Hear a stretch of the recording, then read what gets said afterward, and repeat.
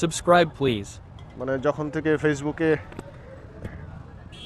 গুজবই না কি সত্য জানি না, যখন থেকে কথা উঠছে যে তেল আমাদের বাংলাদেশের তেল 28 দিনের মধ্যে আছে শুধুমাত্র, মানে এরপর থেকেই আসলে পাম্পগুলোতে বিশাল বড় লম্বা লাইন শুরু হয়ে গেছে। আর আরেকটা হলো যে ফেসবুকে দেখছি অনেকেই তারা অকটেন পেট্রোল স্টক করতেছে।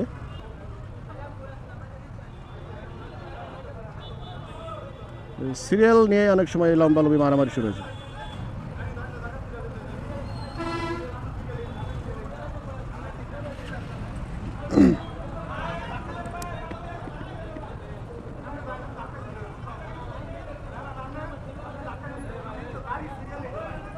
ওইখানে গন্ডগোল শুরু হয়ে গেছে।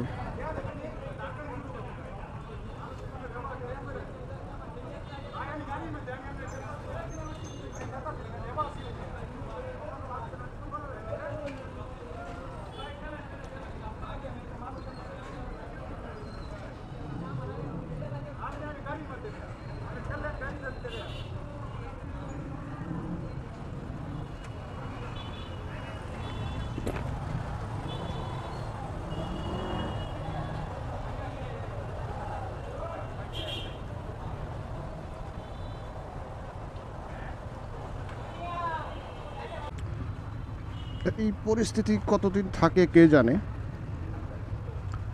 তবে এর মধ্যে ফেসবুকগুলোতে দেখতেছে অনেকেই এক্সট্রা ফুয়েল স্টক করতেছে বাসা বাড়িতে, যেটা টোটালি অবৈধ।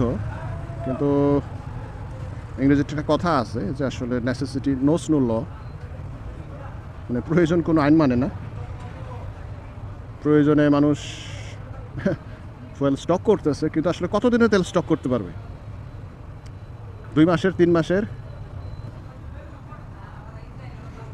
কারণ সারা দেশে যখন তেল থাকবে না ভাই, আপনি স্টক করে রেখে আপনি একলা বাইক চালাইতে পারবেন না। আর রাস্তা থেকে আপনার ওই তেলও ছিনতাই হয়ে যাবে। বাইক তো ছিনতাই হয়, এখন তেল ছিনতাই হবে। হয়তো দেখা গেল কয়েকজন বাইকার মিলে আপনাকে রাস্তায় দাঁড় করিয়ে আপনার বাইক থেকে তেল তারা নিয়ে নেবে। মানে এখন আমি এটা মজা করে বলতেছি, এটা বাস্তবতা বা এটা বাস্তব হইতেও বেশি সময় লাগবে না। কারণ আমার মাথায় যেহেতু আসছে, এটা আরেকজনের মাথায়ও আসবে, এটাই স্বাভাবিক। কালকে পাওয়া যাবে না ভোরে? আচ্ছা, আগামীকাল ভোরবেলা এসে আবার ভরতে হবে। ওরে